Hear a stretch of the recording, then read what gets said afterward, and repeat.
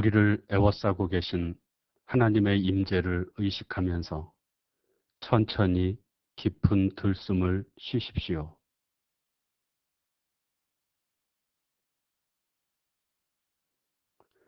이제 우리 안에 내주하시는 하나님께서 나를 통해 숨을 쉬시도록 천천히 날숨을 내쉬십시오.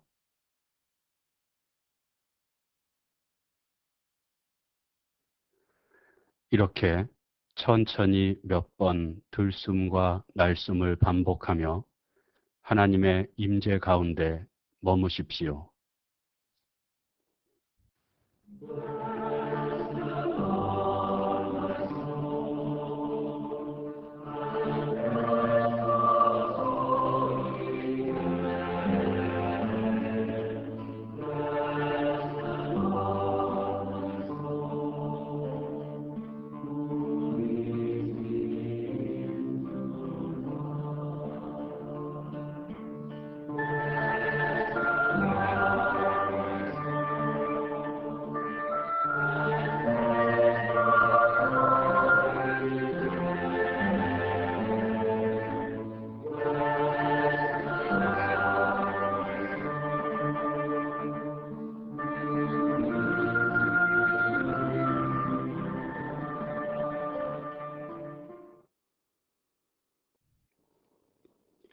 오늘 우리에게 주시는 하나님 말씀은 마태복음 13장 18절에서 23절 말씀입니다.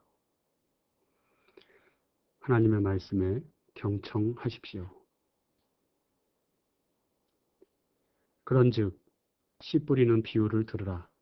아무나 천국 말씀을 듣고 깨닫지 못할 때는 악한 자가 와서 그 마음에 뿌려진 것을 빼앗나니 이는 곧 길가에 뿌려진 자요. 돌밭에 뿌려졌다는 것은 말씀을 듣고 즉시 기쁨으로 받되 그 속에 뿌리가 없어 잠시 견디다가 말씀으로 말미암아 환난이나 박해가 일어날 때에는 곧 넘어지는 자요. 가시떨기에 뿌려졌다는 것은 말씀을 들으나 세상의 염려와 재물의 유혹에 말씀이 막혀 결실하지 못하는 자요. 좋은 땅에 뿌려졌다는 것은 말씀을 듣고 깨닫는 자니 결실하여 어떤 것은 100배, 어떤 것은 60배, 어떤 것은 30배가 되느니라 하시니라. 오늘 말씀은 예수님의 씨 뿌리는 사람의 비유에 대한 해설입니다. 지난주에 잠시 말씀을 드렸었는데 마태복음 13장 3절에서 9절에 나오는 씨 뿌리는 사람의 비유에서 주인공은 씨 뿌리는 사람입니다. 어떤 사람이 씨를 뿌렸는데 길가와 돌밭과 가시떨기 위에 떨어진 씨앗들은 자라지 못하고 결실하지 못했습니다. 그러나 좋은 땅에 떨어진 씨앗은 큰 결실을 하였다는 것입니다. 이는 예수님 자신의 삶에 관한 이야기로 씨 뿌리는 자로서 예수께서는 온갖 비방과 박해 속에서도 포기하지 않고 계속해서 하나님 나라의 씨앗을 뿌렸고 결국 3번의 실패를 만회하고도 남을 큰 결실, 30배, 60배, 100배의 결실을 이룰 것이라는 확신을 가지고 계셨다는 것입니다. 그런데 18절부터 시작되는 오늘의 말씀은 강조점이 씨 뿌리는 사람에게 있는 것이 아니라 씨를 받는 밭에 있음을 알 수 있습니다. 4종류의 밭이 있다는 것이죠. 여기서 주인공은 씨 뿌리는 자가 아니라 말씀을 받아들이는 사람들, 즉 교인들이 주인공입니다. 그래서 오늘의 말씀은 예수께서 직접 말씀하신 비유가 아니라 그보다 훨씬 후대 초대교회의 상황이 반영된 말씀이라고 할 수 있습니다. 교회가 예수님의 비유를 설명하는 과정에서 형성된 말씀이라는 것입니다. 18절과 19절을 함께 읽어보겠습니다. 그런즉 씨 뿌리는 비유를 들으라. 아무나 천국 말씀을 듣고 깨닫지 못할 때는 악한 자가 와서 그 마음에 뿌려진 것을 빼앗나니 이는 곧 길가에 뿌려진 자요. 이것은 길가에 뿌려진 자, 즉 말씀에 대해 길가와 같은 태도를 가진 사람의 모습을 가리키고 있습니다. 그리고 이어지는 말씀들에서 돌밭에 뿌려졌다는 것은 말씀을 듣고 즉시 기쁨으로 받되 그 속에 뿌리가 없어 잠시 견디다가 말씀으로 말미암아 환난이나 박해가 일어날 때에는 곧 넘어지는 자요. 그리고 가시떨기에 뿌려졌다는 것은 말씀을 들으나 세상의 염려와 재물의 유혹에 말씀이 막혀 결실하지 못하는 자요. 마지막으로 좋은 땅에 뿌려졌다는 것은 말씀을 듣고 깨닫는 자이며 열매를 맺는 자라는 것입니다. 말씀드린 대로 이것은 초대교회, 마태 공동체라고 하는데 이 초대교회 교인들을 대상으로 한 말씀입니다. 그리고 그 내용은 말씀에 대한 태도, 즉 선포된 천국 말씀에 대한 4가지 반응과 그 결과를 말씀하고 있습니다. 교회에 들어온 모든 사람들에게 다 같은 말씀이 선포되었는데 그 말씀으로 인한 결과는 각자 다 다르게 나타난다는 것이죠. 똑같은 말씀을 들었는데 어떤 사람들에게는 그 말씀이 자신의 인생과 운명을 바꾸는 말씀이 되기도 하지만 또 어떤 사람들에게는 그 말씀이 그냥 지나가는 소리에 불과한 것이 되어서 아무런 변화도 일어나지 않는다는 것입니다. 왜 말씀을 들었는데 어떤 사람들은 변화의 열매를 맺고 또 어떤 사람들은 그 삶에 아무런 변화도 일어나지 않는 것일까요? 똑같이 예수님에게서 말씀을 들었는데 왜 베드로와 같은 제자가 나오고 또 가룟 유다와 같은 배반자가 나오게 되는 것일까요? 어디에서 그 차이가 나타나는 것일까요? 19절과 23절을 읽어보겠습니다. 19절, 아무나 천국 말씀을 듣고 깨닫지 못할 때는 악한 자가 와서, 그리고 23절, 좋은 땅에 뿌려졌다는 것은 말씀을 듣고 깨닫는 자니. 무슨 차이가 있습니까? 말씀을 듣고 깨달았느냐, 깨닫지 못하였느냐의 차이입니다. 이것에 의해서 열매가 맺혀지기도 하고 또 열매를 맺지 못하기도 한다는 말씀이죠. 말씀을 듣고 깨닫는다는 것은 무엇일까요? 마태복음 전체를 통해서 본다면 그것은 2가지입니다. 첫째는 말씀이 무슨 뜻인지 이해하는 것입니다. 그리고 2번째는 그렇게 이해한 말씀대로 사는 것입니다. 말씀을 깨닫는다는 것은 단지 머릿속으로 말씀을 이해하는 것만이 아니고 이해하고 그리고 실천에 옮기는 것을 말합니다. 이해하지 못하면서 실천만 하는 것은 깨달은 것이 아닙니다. 또 반대로 이해는 했는데 말씀대로 살지 못한다면 그것 역시 진정한 깨달음에 이른 것이 아닙니다. 듣고 이해하고 그리고 사는 것이 깨달음입니다. 그리고 말씀을 깨달은 자는 많은 열매를 맺습니다. 그 열매는 예수를 닮은 사람으로 변화되는 것입니다.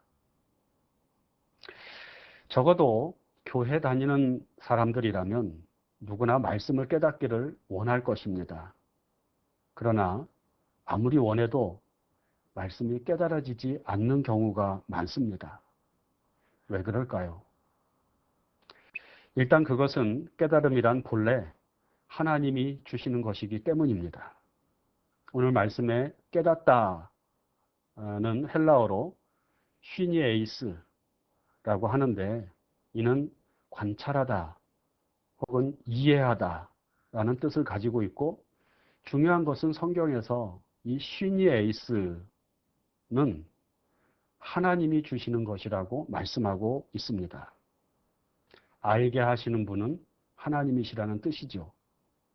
그러니 우리가 아무리 깨달으려고 해도 하나님께서 깨달음을 주시지 않는다면 그것은 불가능한 일이 되어버린다는 말씀입니다. 하나님은 우리가 말씀을 깨닫기를 원할까요? 원하지 않으실까요? 당연히 원하시겠죠. 그런데 왜 말씀이 깨달아지지 않는 것일까요? 장애물이 있기 때문입니다. 말씀을 깨닫지 못하도록 방해하는 것이 있기 때문입니다. 무엇입니까? 그 장애물이. 오늘 말씀에는 말씀을 깨닫지 못하게 하는 장애물이 바로 우리가 말씀을 받아들이는 태도에 있다고 하고 그것을 세 가지로 말씀해 주고 있습니다. 곧 길가와 같은 태도, 돌밭과 같은 태도, 가시떨기 밭과 같은 태도입니다. 이것을 넘어서지 못하면, 이것을 극복하지 못하면 우리는 아무리 말씀을 깨달으려고 해도 항상 제자리만 맴도는 사람들이 되고 열매 없는 자들로 남게 될 것입니다. 오늘 설교는 이 세 가지 열매 맺지 못하는 밭을 살펴보고자 합니다. 말씀을 왜 깨달아 살지 못하는 것일까요? 그 첫 번째는 말씀에 대해 길가와 같은 태도를 갖기 때문입니다. 19절 말씀입니다. 그런즉 씨 뿌리는 비유를 들으라. 아무나 천국 말씀을 듣고 깨닫지 못할 때는 악한 자가 와서 그 마음에 뿌려진 것을 빼앗나니 이는 곧 길가에 뿌려진 자요. 오늘 본문 앞에 13절에 보면 예수님께서 선지자 이사야의 말씀을 인용하면서 너희가 듣기는 들어도 깨닫지 못하고 보기는 보아도 알지 못한다 라고 말씀하십니다. 저는 이것이 말씀에 대한 길가와 같은 태도를 말하는 것이라고 봅니다. 듣기는 들어도 깨닫지 못한다는 말은 사실 듣지 않는다는 것이고 들으려고도 하지 않는다는 것입니다. 왜 안 들을까요? 왜 들으려고 하지 않을까요? 첫 번째는 말씀에 관심이 없기 때문입니다. 사도 바울은 믿음은 들음에서 난다고 했는데 길가와 같은 태도를 가진 사람들은 교회에 나오는 이유가 말씀을 듣고 믿기 위해서가 아니라 자기의 소원을 성취하기 위해서 혹은 자신의 관심사, 친목을 도모한다든지 자기를 내세우고 자기를 자랑한다든지 하는 그런 자신의 관심사를 충족시키기 위해서 교회에 나옵니다. 그러니 당연히 말씀에는 관심이 없고 들어도 듣는 것이 아닌 그런 모습이 나타나는 것입니다. 그리고 말씀을 안 듣는 또 한 가지 이유는 마음이 너무 길가와 같이 단단해져 있기 때문입니다. 이것은 말씀에 대한 잘못된 편견이 너무 깊게 자리 잡고 있어서 발생합니다. 쉽게 말하면 말씀에 대해서 나 그거 알아 하는 태도를 갖는 것입니다. 안다고 생각하니 더 이상 들을 것이 없는 것이죠. 마음이 열리지 않는 것입니다. 하나님의 말씀은 늘 새롭습니다. 같은 말씀을 보더라도 어제 다르고 오늘 다릅니다. 그 새로운 말씀을 들으려면 마음을 열어야 합니다. 항상 말씀하옵소서 종이 듣겠나이다 하는 태도를 가져야 합니다. 두 번째로 말씀을 깨닫지 못하는 이유는 말씀에 대해 돌밭과 같은 태도를 취하기 때문입니다. 20절에서 21절 말씀입니다. 돌밭에 뿌려졌다는 것은 말씀을 듣고 즉시 기쁨으로 받되 그 속에 뿌리가 없어 잠시 견디다가 말씀으로 말미암아 환난이나 박해가 일어날 때에는 곧 넘어지는 자요. 말씀에 대해 돌밭과 같은 태도를 가진 사람은 어떤 사람입니까? 일단 말씀은 듣습니다. 그리고 그 말씀을 기쁨으로 받아들이기도 합니다. 길가보다는 나은 거죠. 그런데 문제는 오래가지 못한다는 것입니다. 일시적인 것이죠. 어느 목사님이 한국교회 설교의 문제점을 지적한 적이 있는데 그 중에 하나가 한국교회 설교는 너무 감상적인 면으로 치우쳐져 있다는 것입니다. 쉽게 말하면 교인들을 웃기고 울리는데 설교의 초점이 맞추어져 있다는 것이죠. 그리고 그렇게 된 원인은 교인들이 그런 설교를 좋아하기 때문이랍니다. 다 맞는 말은 아니지만 일면 타당한 지적이라고 생각이 됩니다. 사람들은 일단 설교가 재밌어야 듣습니다. 그리고 설교를 듣고 눈물이 나오면 은혜를 받았다고 합니다. 그래서 말씀과는 상관없이 한바탕 웃으면 좋은 설교라고 하고 눈물이 나면 은혜로운 설교라고 말합니다. 여러분은 어떻게 생각하십니까? 인간에게 감정이라는 것은 중요합니다. 하지만 진리는 감정만 가지고 도달할 수는 없습니다. 재미는 있는데 의미를 찾지 못한다면 안 된다는 것이죠. 설교를 듣고 한바탕 웃는 것, 혹은 눈물을 흘리는 것, 그것으로 끝나버리면 나는 만족할 수 있겠지만 하나님의 말씀의 진정한 의미는 깨달을 수가 없는 것입니다. 감정은 표면적이고 일시적인 것입니다. 하지만 말씀은 우리의 심령과 골수를 쪼개는 것입니다. 우리는 더 깊은 차원으로 나아가야 합니다. 돌박과 같은 태도는 말씀을 감정적으로 받아들이는 것입니다. 말씀을 받아들이는 것은 좋은 일이지만 문제는 말씀이 존재의 깊은 곳까지 뿌리 내리지 못하는 데 있습니다. 말씀의 참뜻을 헤아리고 말씀을 주신 하나님의 마음을 알아차리는 대로 나아가지 못합니다. 말씀에 대한 이해가 너무 얕고 표면적인 것에 머무르는 것이 바로 돌박과 같은 태도입니다. 사도행전 17장에 보면 사도 바울이 베레아 사람들에 대해 한 말이 있습니다. 사도행전 17장 11절인데요. 베레아에 있는 사람들은 데살로니가에 있는 사람들보다 더 너그러워서 간절한 마음으로 말씀을 받고 이것이 그러한가 하여 날마다 성경을 상고하므로 그 중에 믿는 사람이 많고,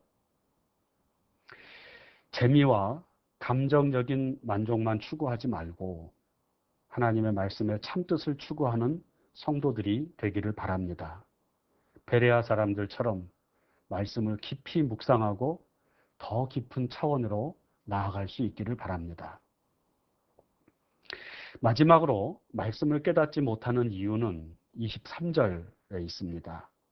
가시떨기에 뿌려졌다는 것은 말씀을 들으나 세상의 염려와 재물의 유혹에 막혀 결실하지 못하는 자요. 저는 이것을 말씀 따로 삶 따로라고 보았습니다. 말씀을 받았어요. 그리고 그 말씀이 옳다는 것을 알았어요. 하지만 말씀대로 사는 삶으로는 나아가지 않는다는 것입니다. 왜? 말씀대로 살면 세상에서 손해를 본다고 생각하기 때문입니다. 또 말씀대로 살면 세상을 제대로 살아갈 수 없다고 생각하기 때문입니다. 예수님께서는 산상설교에서 이런 말씀을 하셨습니다. 목숨을 위하여 무엇을 먹을까, 무엇을 마실까, 무엇을 입을까 염려하지 말라. 이는 다 이방인들이 구하는 것이라. 너희 하늘 아버지께서 이 모든 것이 너희에게 있어야 할 줄을 아시느니라. 너희는 먼저 그의 나라와 그의 의를 구하라. 그리하면 이 모든 것을 너희에게 더하시리라. 세상의 염려나 재물에 대해 염려하는 것은 모든 것을 더해 주시는 하나님에 대한 믿음이 없기 때문에 생겨나는 것이라는 말씀입니다. 그래서 가시떨기에 떨어졌다는 것은 하나님에 대한 믿음이 없이 하나님의 말씀을 듣고 아는 것이라고 할 수 있습니다. 말씀을 깨닫기를 원하십니까? 모든 것을 더해 주시는 하나님을 믿으십시오.